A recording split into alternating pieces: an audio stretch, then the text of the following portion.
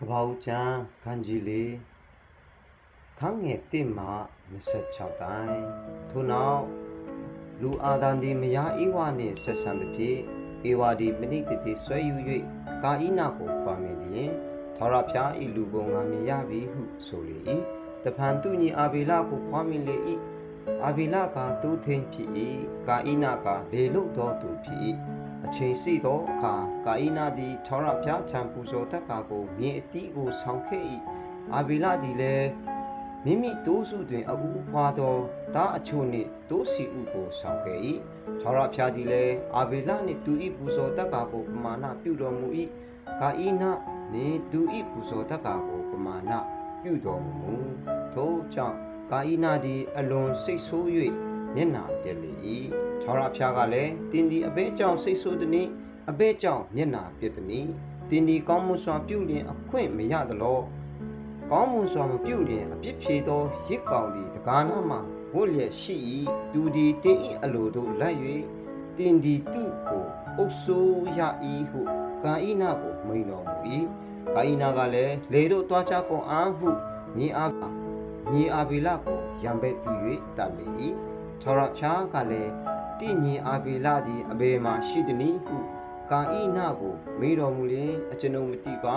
အကျွန်ုပ်ဒီညီကိုစောင့်ရသောသူဖြစ်ပါသလောဟုလျှောက်ဆို၏ဘုရားသခင်ကလည်းတင်းဒီအဘယ်တို့ပြုပြီးသနည်းတင့်ညီအသွေးဤအတန်ဒီမြေထဲကငါ့ကိုအော်ဟစ်လျက်ရှိသည်တကားတို့ဖြစ်၍တင့်ညီဤအသွေးကိုခံယူခြင်းကမိမိပါးစပ်ကိုဖွင့်တော်မြေကြီးဤကျိန်ချင်းကိုတင်းဒီခံရသောကြောင့်ယခုမှစ၍မြေ၌လှုပ်သောအခါပဂတိအတိုင်းအတိအနံကိုမရ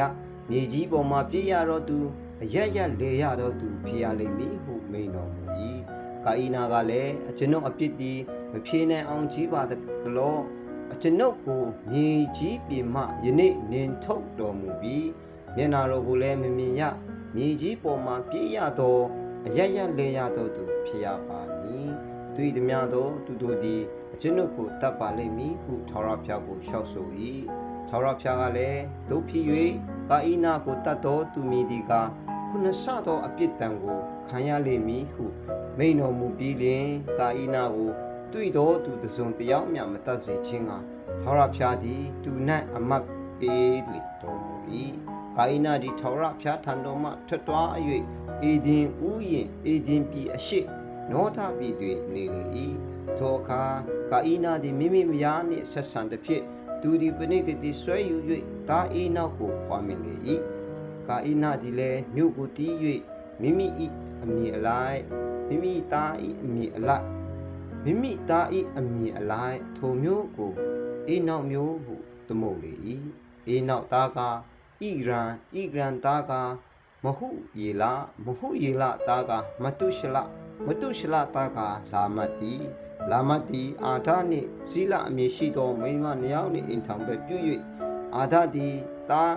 ယာဗလကိုဖွားမြင်လေ၏ထိုသားကတဲ၌နေသောသူတိုးနွားစသည်တို့ကိုမွေးသောသူ၏အဘဆရာဖြစ်လေသည်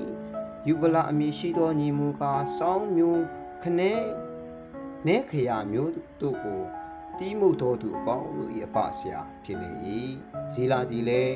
သားတုဗလကာဣနကိုဖွားမြင်လေ၏သူသည်ပတိန်တမပဘေတမပေါင်းတို့၏ဆရာဖြစ်လေ၏တုဗလကာဣန၏နမကနေမအမည်ရှိ၏လာမက်ကလည်းအာဒနှင့်ဇီလငါပြောတံကိုမှတ်ကြလော့လာမက်မယားတို့ငါစကားကိုနားထောင်ကြလော့ငါကိုထိခိုက်တော်သူတယောက်တည်းဟုသောငါကိုညှင်းဆဲသောလူပြိုတယောက်ကိုငါတတ်ခဲ့ပြီ